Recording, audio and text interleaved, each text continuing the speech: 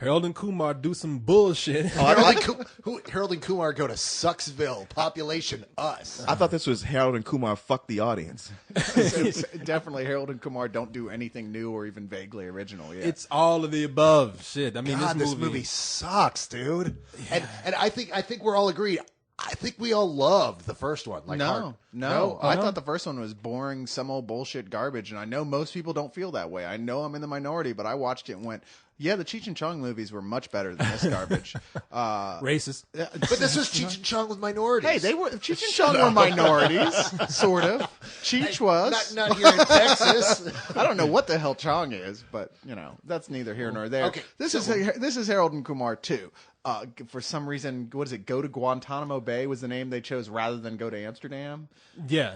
No. Because the hook on this one is that they're making a political statement about minorities being locked up in Guantanamo Bay. And it's like, you know what? After seeing this movie, they ought to lock these two actors up in Guantanamo Bay for real. They should just take the whole, everybody on the studio lot and just lock them up. Now, apparently, it's really fucking easy to get out of Guantanamo Bay. Oh, yeah. Oh, no, you just got to wait for the guards to ask for oral sex, bite him on his penis, and run out of there. That's a cock meat sandwich. Oh, I thought you were going to be like, hey, don't ruin anything for anybody. I was going to be like, shit. Oh yeah, no.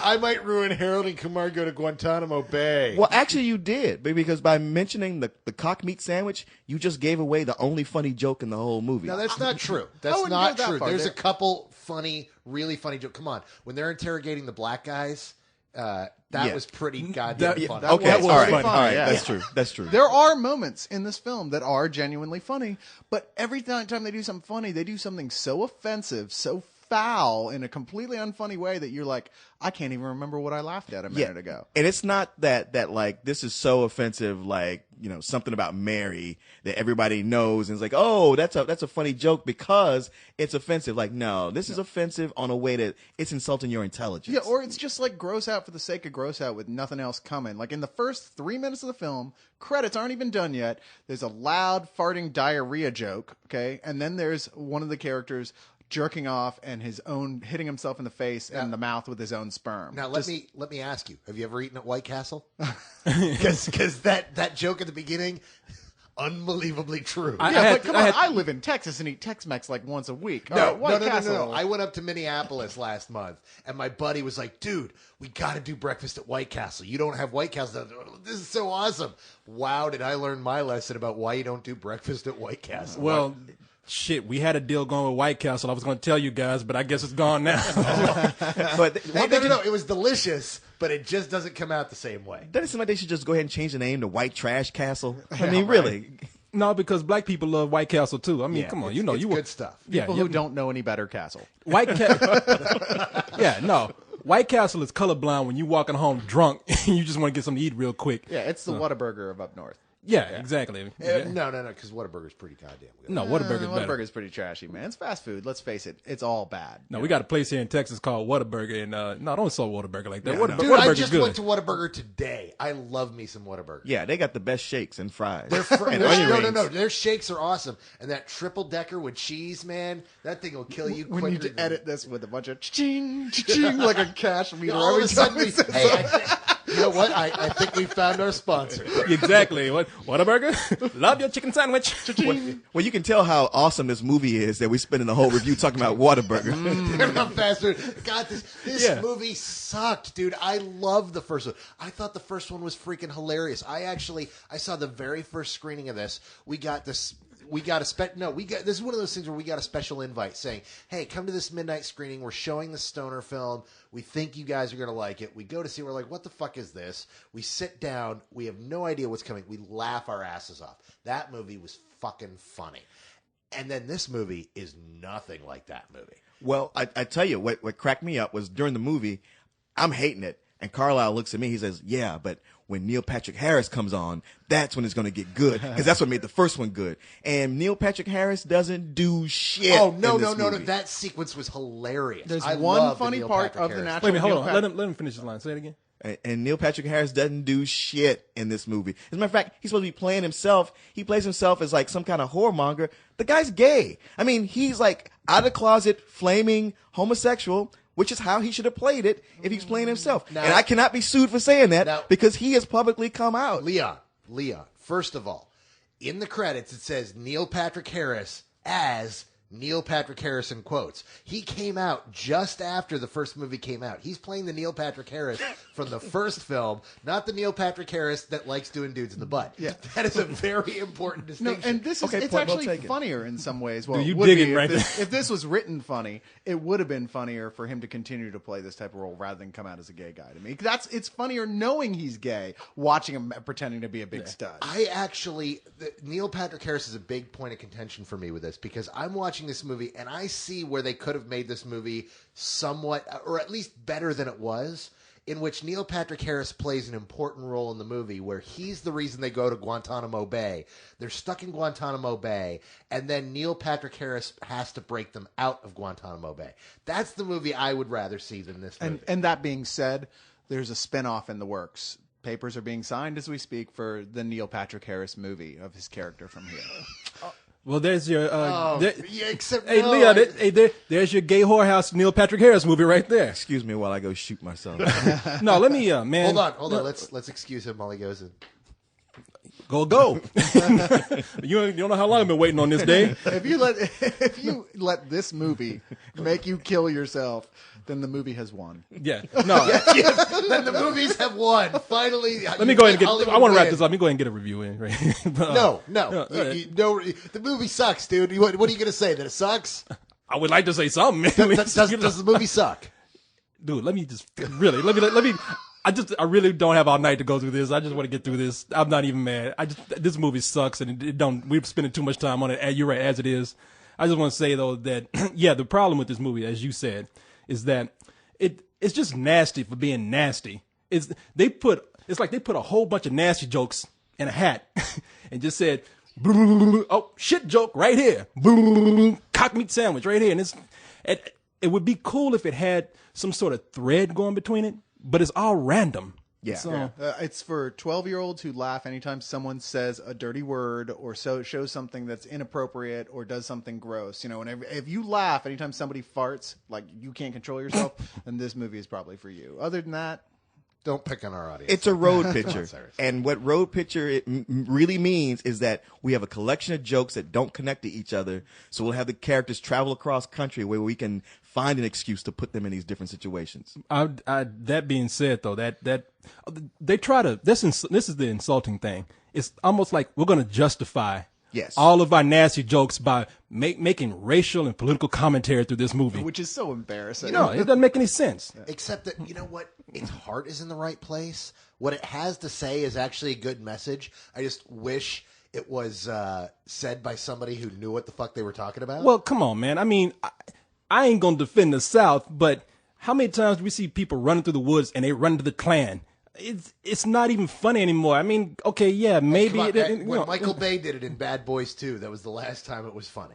And it wasn't funny then either. I mean, the Klan's kind of played out. Exactly. If I'm saying it. It's true. Yeah. Sorry, Ku Klux Klan.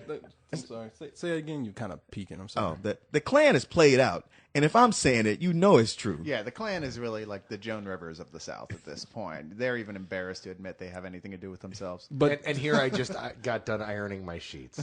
But at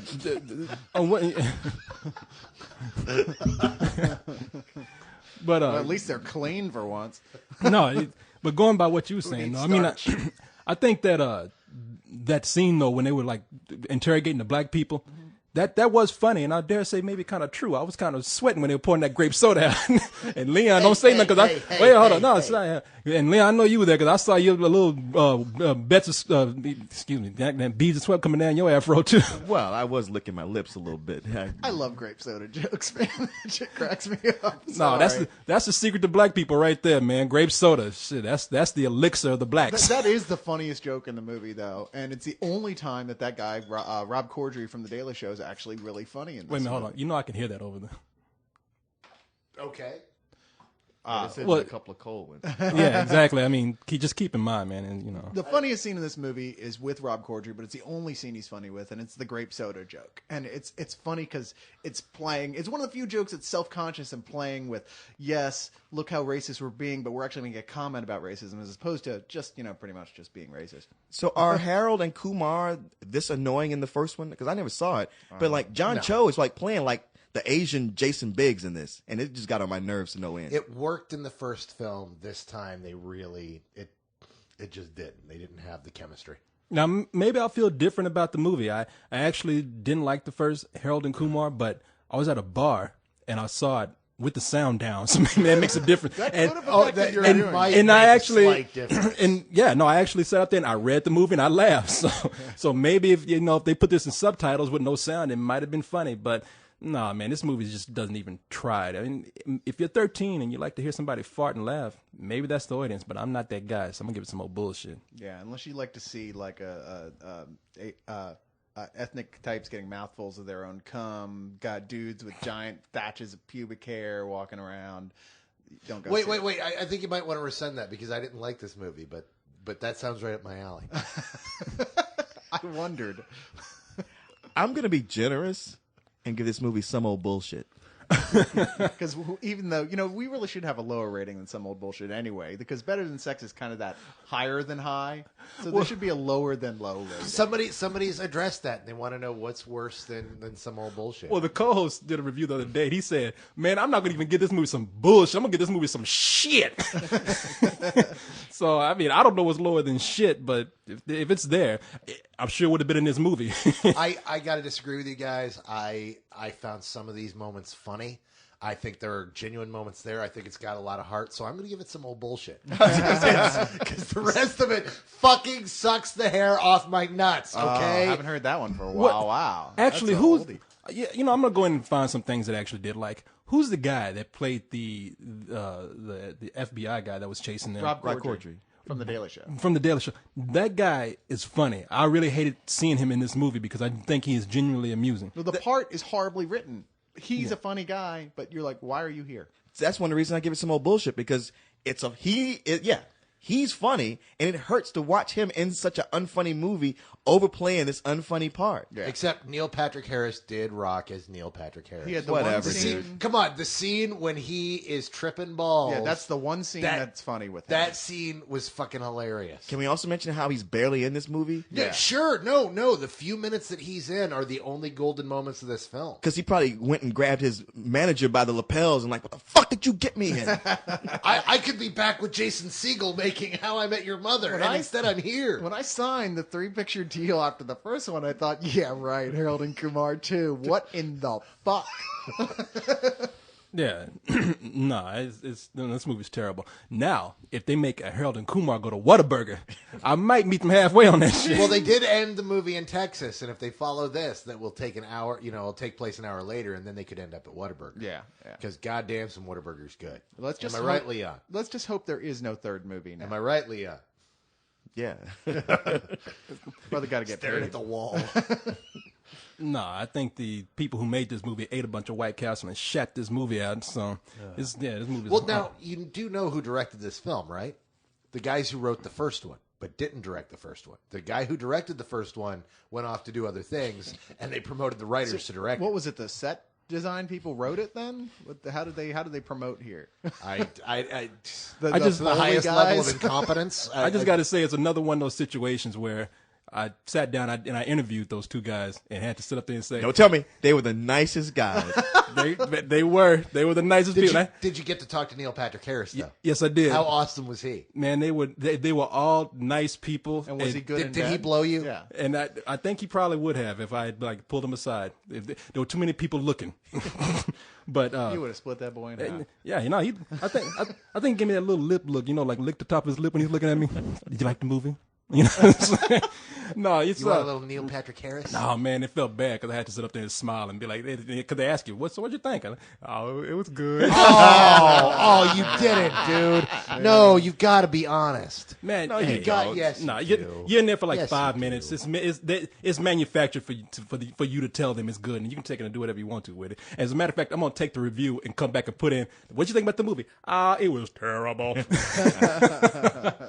So anyway, yeah, It was some old bullshit. yeah, it's too bad, man, because they all look like they have fun making it. But I mean, come on, you gotta try harder. Did we have fun making this? That doesn't make it good. Yeah, exactly. Excellent point.